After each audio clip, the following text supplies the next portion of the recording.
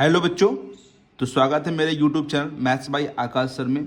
तो आज हम लोग बहुत ही इम्पोर्टेंट टॉपिक पढ़ने वाले हैं जिसका नाम है arithmetic progression of class 10th का। ये टॉपिक क्लास 10th के लिए एक इम्पॉर्टेंट टॉपिक है और एक ही रियल लाइफ में भी काफ़ी इम्पॉर्टेंट होता है। तो किस प्रकार से हम लोग इसको यूज़ करते हैं रियल लाइफ में और इसे क्वेश्चन कैसे करते हैं, तो चलिए शुरू करते हैं बिना टाइम वेस्ट किए हुए बच्चों। सबसे पहले क्वेश्चन उठता है कि अर्थमेटिक प्रोग्रेशन होता क्या है। तो सबसे पहले समझेंगे अर्थमेटिक प्रोग्रेशन, जिसको हम लोग शॉर्टकट में एपी बोलते हैं बच्चों। क्या कहते हैं? एपी कहते हैं। ठीक है, arithmetic progression. Arithmetic progression shortcut में हम एपी बोलेंगे। इसको समझते क्या है हम। तो समझिए एपी एक प्रकार का जो है सीक्वेंस होता है। एक किसका सीक्वेंस होता है? नंबर्स का।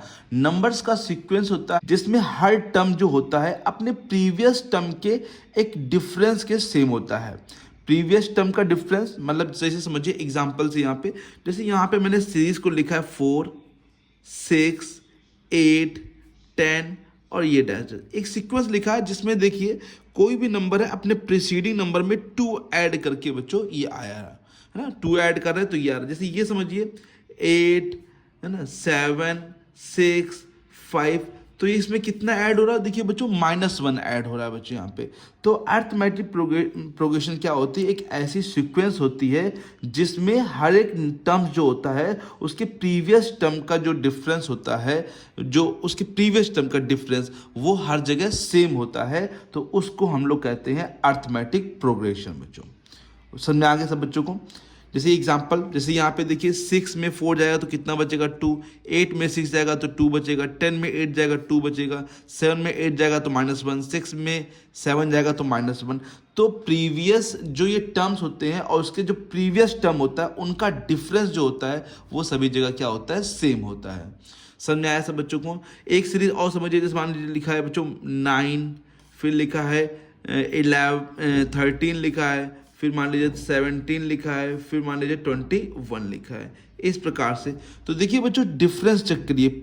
ये टर्म और उसका प्रीवियस टर्म का डिफरेंस कितना है बच्चों? बताइए यहाँ पे 4 का। तो यहाँ देखिए इस टर्म उसके प्रीवियस टर्म का डिफरेंस कितने का? 4 का। ये टर्म इसके प्रीवियस टर्म का डिफरेंस कितना है बच्चों? 4 का। तो वह सीक्वेंस जिसमें किसी भी टर्म्स और उसके प्रीवियस टर्म का डिफरेंस हर जगह बच्चों सेम होता है, उसे हम लोग अर्थमेटिक प्रोग्रेशन कहते हैं बच्चों। तो यहाँ तक तो कोई दिक्कत नहीं है।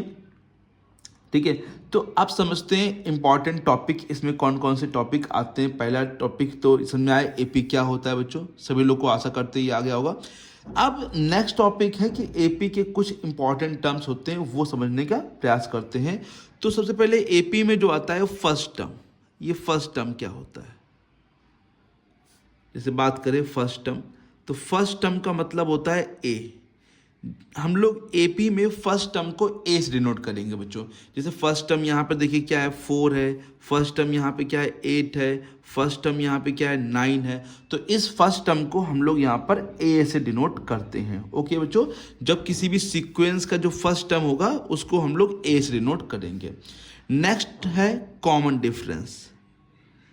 कॉमन डिफरेंस क्या होता है? कॉमन डिफरेंस, कॉमन डिफरेंस को हम लोग डी से डिनोट करते हैं। कॉमन डिफरेंस का मतलब होता है क्या? वो टर्म जैसे A2 है, A2 का मतलब सेकेंड टर्म। अभी मैं बता रहा हूँ इसका A2, A3, A4 का मतलब क्या है। जैसे समझिए A2 का मतलब सेकेंड टर्म और उसका प्रीवियस टर्म A1, या फिर जैसे A3 है तो उसका प्रीवियस टर्म क्या पड़ेगा? A2, ये भी कॉमन डिफरेंस है। या फिर A4 है तो उसका प्रीवियस टर्म क्या पड़ेगा? A3। तो अब A1 है, A1 से तो पहले कुछ होगा नहीं, तो ये यहाँ से चालू होगा। A2 माइनस A1 है, A3 माइनस A2 है, A4 माइनस A3 है बच्चों।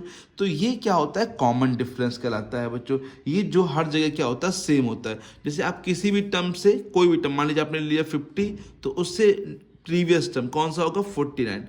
जब इसका डिफरेंस करेंगे तो आपको क्या मिलेगा बच्चों? यहाँ पे हम लोग को कॉमन डिफरेंस मिलेगा। कॉमन डिफरेंस को डी से डिनोट करते हैं। राइट है बच्चों, सभी लोग को आ गया समझ में? नेक्स्ट है बच्चों बहुत ही इंपॉर्टेंट चीज है nth टर्म। इसको बहुत ही अच्छे से समझिए बच्चों। nth टर्म क्या होता है? nth टर्म को अभी फिलहाल हम लोग ए एन से डिनोट करेंगे, ए एन, जैसे A2 का मतलब सेकेंड टर्म, A1 का मतलब फर्स्ट टर्म, A1 जैसे यहाँ ए है या A1 बात सेम ही रहती है। उसी प्रकार से एनेट टर्म ए एन होता है। सबसे पहले एनेट टर्म को समझेंगे, एनेट टर्म मतलब क्या है। एनेट टर्म समझिए जैसे ये एक सीरीज, एक ही अर्थमेटिक प्रोग्रेशन लिखा हुआ है बच्चों। अब जैसे ये फर्स्ट टर्म, ये सेकेंड टर्म, ये थर्ड टर्म, ये fourth term, fifth term, six term, तो इसी प्रकार से कोई हम लोग को टर्म्स जो भी बात करेंगे तो उसको हम लोग ए एन से लिखेंगे बच्चों। 100 से लिखेंगे तो A100 है ना। कोई 10 बात करेंगे तो A10, तो एन छोटा सा, जैसे मान लीजिए हमने लिखा है ए एन, तो ए एन का मतलब क्या है, nth टर्म है ना, nth टर्म। ओके बच्चों, nth टर्म, तो nth टर्म। उसके बाद मान लीजिए हमने लिखा है A4, तो इसका मतलब क्या हो जाएगा, फोर्थ टर्म बच्चों, है ना। A5, तो A5 मतलब फिफ्थ टर्म हो जाएगा। A6 मतलब सिक्स टर्म बच्चों। तो इस प्रकार से इसको समझिए, यहाँ पे TH या RD या इस प्रकार से चीज़ें लिख के आती हैं। ठीक है, कॉपी को थोड़ा ऊपर कर लेते हैं बच्चों। समझ में आया बच्चों। तो एनेट टर्म बहुत ही इंपॉर्टेंट चीज़ है बच्चों। यहाँ पे एनेट टर्म को जरूर ध्यान से समझिए बच्चों यहाँ पे। ठीक है, एनेट टर्म जिसको हम लोग जनरल फॉर्म भी बच्चों बोलते हैं, है ना, जनरल फॉर्म होता है बच्चों यहाँ पे किसी भी टर्म्स का। तो अब एनेट टर्म हो गया, तो इसके बाद जो सीरीज होती है, अर्थमेटिक प्रोग्रेशन की जो सीक्वेंस होती है वो क्या होती है वो समझिए। जो एपी का फॉर्म होता है वो क्या होता है, एपी के फॉर्म को किस प्रकार से हम लोग पहचान सकते हैं ये समझिए। एपी ए प्लस डी, ए प्लस 2D, ए प्लस 3D, ए प्लस 4D। ये जो देख रहे हैं ये एपी का फॉर्म है बच्चों, है ना, या सीक्वेंस बोल सकते हैं। एपी का सीक्वेंस है बच्चों, ये एपी है, इसका सीक्वेंस इस प्रकार से बच्चों बनता है बच्चों। यहाँ पे ए प्लस डी, ए प्लस 2D, ए प्लस 3D, ए प्लस 4D, ए प्लस 5D, ए प्लस 6D, इस प्रकार से इसका सीक्वेंस जो फॉर्म होता है बच्चों। जहाँ ए क्या है, ए मतलब मैंने आपको बताया फर्स्ट टर्म, डी मतलब क्या है, कॉमन डिफरेंस, राइट है बच्चों। तो अब इसके बेस पे कुछ क्वेश्चन देते हैं कि किस प्रकार से हम लोग टर्म्स फाइंड करते हैं। जैसे मान लीजिए ये क्वेश्चन है 8, 7, 6, 5, हमसे कहा गया है 10th टर्म फाइंड करिए। क्या कहा गया है, 10th टर्म। तो यहाँ पर ए क्या है बच्चों, ए है 8, डी निकालेंगे तो डी कैसे निकलेगा, A2 माइनस A1।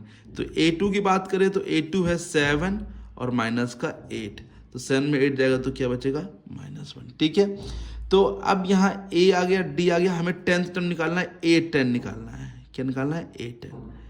तो A10, अभी 10 आपको एनेट टर्म को फॉर्मूला बताया नहीं बच्चों मैंने। तो एनेट टर्म को समझिए, जैसे यहाँ पे ये फर्स्ट टर्म है, सेकेंड टर्म है, ये थर्ड टर्म है, ये फोर्थ टर्म है। तो देखिए जब भी हम बोले थे थर्ड टर्म में यहाँ 2 आ रहा है, फोर्थ बोल रहे तो यहाँ पे 3 आ रहा है, फिफ्थ बोल रहे तो यहाँ 4। उसी प्रकार से A10 में फॉर्मूला बन जाएगा A प्लस 1 कम कर दिए 9D।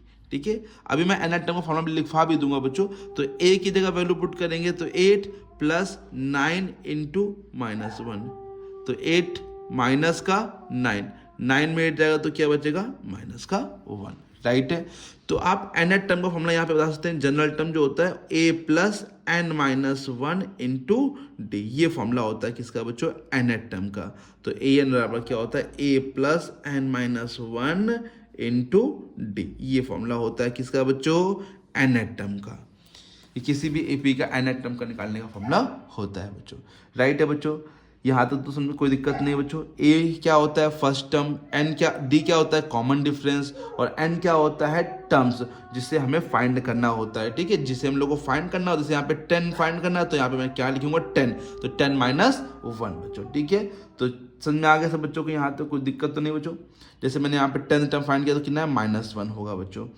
अब देख लेते हैं sum of first N terms किस प्रकार से फाइंड करते हैं बच्चों। ठीक है, how to find sum of first N terms. तो बच्चों किस प्रकार से हम लोग sum of first N terms of AP find कर सकते हैं। जैसे हम लोग को एपी दे रखा है, मान लीजिए हमने लिखा है एपी, जैसे सीरीज होती है। एक एग्जांपल लेते हैं, पहले हमने लिखा 6, 10, फिर 14, फिर 18। इसी प्रकार से मैंने कहा इसमें 10 टर्म का या 20 टर्म का सम फाइंड करना हो तो 20 टर्म का सम बच्चों किस प्रकार से फाइंड कर सकते हैं। अभी तो हमने 20 टर्म निकाला था, अब हमें सम फाइंड करना हो। जब कभी आपको सम फाइंड करना हो तो सम फाइंड करने के लिए आप यहाँ पे फॉर्मूला यूज करेंगे, SN equal to n/2 bracket 2a plus n-1 into d. ये फाइंड करेंगे। जहाँ n का मतलब जितने टर्म का सम हम लोग को फाइंड करना है ना। Sn का मतलब बड़ा इंपॉर्टेंट है, ये पूरा Sn एक वर्ड है, सम ऑफ n टर्म्स। Sn का मतलब क्या होता है, सम ऑफ n टर्म। जैसे वो nth टर्म था उसी प्रकार से ये Sn का मतलब है सम ऑफ n टर्म्स बच्चों, राइट है। इसके लिए आप एक फॉर्मूला और यूज कर सकते हैं, Sn equal to n/2 bracket के अंदर a plus L. A plus L का मतलब होता है सम ऑफ लास्ट, मतलब एल मतलब लास्ट टर्म, ए मतलब फर्स्ट टर्म और लास्ट टर्म को आप ऐड करके भी निकाल सकते हैं। जैसे इसके लिए हम लोग को लास्ट टर्म तो पता नहीं है बच्चों, ये फॉर्मूला कब लगाएंगे, जब हम लोग को लास्ट टर्म बच्चों पता होगा बच्चों यहाँ पे, ठीक है। लास्ट टर्म पता होगा तभी हम लोग ये लगाएंगे फॉर्मूला, अन्यथा नहीं लगाएंगे। जैसे हम लोग को यहाँ ए पता है, तो ए क्या है बताइए, यहाँ पर 6 है। और डी क्या है, डी की बात करें तो क्या हो जाएगा 10 माइनस 6, तो क्या हो जाएगा 4। और सम ऑफ 20 टर्म, मतलब n हमें 20 टर्म का सम हमें यहाँ पे निकालना है, तो n इक्वल टू कितना हो जाएगा 20। जैसे हम फॉर्मूले में वैल्यू पुट करेंगे तो S20 जो कि हमें निकालना है, n की जगह 20/2 इन ब्रैकेट 2, a की जगह 6 प्लस 20 माइनस 1 इंटू डी की जगह 4। ओके, 20 को 2 से काटेंगे तो 2 10 जा 20 आ जाएगा, 2 6 जा 12 हो जाएगा, प्लस 19 इंटू 4 10 ब्रैकेट में 12 प्लस 19 4 जा 76, ठीक है। ऐड करेंगे तो ऐड करने पर 6 2 8 और 7 1 6 2 8 7 1 8 और 88 का इंटू हम लोग 10 में कर देंगे तो कितना आंसर आ जाएगा 880।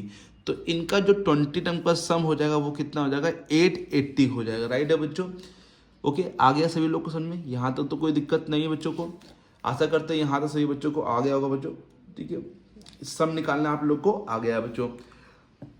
अब ये किस प्रकार से हम लोग अपने डेली लाइफ में यूज़ कर सकते हैं। जैसे हम लोग को सेविंग मनी है every month with in fixed increase, मान लीजिए हम लोग की सैलरी मिली और कितनी इंक्रीज हो रही है हर मंथ में, या कितना हम लोग सेव कर रहे हैं, उससे हम लोग निकाल सकते हैं एपी के फॉर्म से, है ना। स्टेयर का डिज़ाइन कैसा होगा, किस प्रकार से हम लोग स्टेयर कितने बननी है ना, तो वो निकाल सकते हैं। टेम्परेचर कितना डेली चेंज हो रहा है इसको फाइंड कर सकते हैं, या नंबर पैटर्न जो होते हैं नेचर में वो हम लोग इस एपी के फॉर्म से फॉर्म कर सकते हैं बच्चों। तो इतने कुछ important daily life real life के बच्चों जो कि हम लोग को समझना चाहिए बच्चों कि किस प्रकार से एपी को यूज़ कर सकते हैं। इसमें एक टॉपिक और बचा है बच्चों, जैसे कि हम लोग को जानते हैं फ्रॉम द एंड। अगर हमें कभी फ्रॉम द एंड से, from the end, from the end बोलिए या फिर लास्ट, फ्रॉम द एंड से हम लोग को nth टर्म फाइंड करना है। फ्रॉम द एंड से ln का मतलब यहाँ पे हम ln लिख देना, जैसे an होता है फर्स्ट, nth टर्म होता है फ्रॉम द स्टार्टिंग, तो ln भी क्या होता है nth टर्म होता है, ये भी क्या है nth टर्म ही है बच्चों, लेकिन कहाँ से, from the last, from the last. Last का मतलब होता है एंड से या फिर पीछे से, मतलब कि हम लोग को एंड से अगर कोई टर्म फाइंड करना हो तो ln इक्वल टू आप फॉर्मूला यहाँ पे यूज कर सकते हैं l minus n minus 1 into d. Okay बच्चों, ln equal to l minus n minus 1 into d बच्चों। ओके बच्चों, तो इससे आप किसी भी टर्म्स का जैसे कोई भी सीक्वेंस दे रखी है एपी के, उससे कोई भी हमें को टर्म पूछा जाए फ्रॉम द एंड से बच्चों या लास्ट से, तो आप ये वाला फॉर्मूला यहाँ पे आप यूज़ कर सकते हैं बच्चों। तो आशा करते हैं सभी बच्चों को अच्छे से आ गया होगा बच्चों। तो दोस्तों आज हम अर्थमेटिक प्रोग्रेशन के बेसिक समझ चुके, फॉर्मूले देख चुके हैं और कुछ इंपॉर्टेंट एग्जाम्पल भी सॉल्व किए हैं। अगर आपको ये वीडियो हेल्पफुल लगी हो तो लाइक शेयर एंड सब्सक्राइब करना मत भूलना बच्चों। मिलते हैं नेक्स्ट वीडियो में एक नए कॉन्सेप्ट के साथ, तब तक के keep learning and keep growing बच्चों। Thank you so much.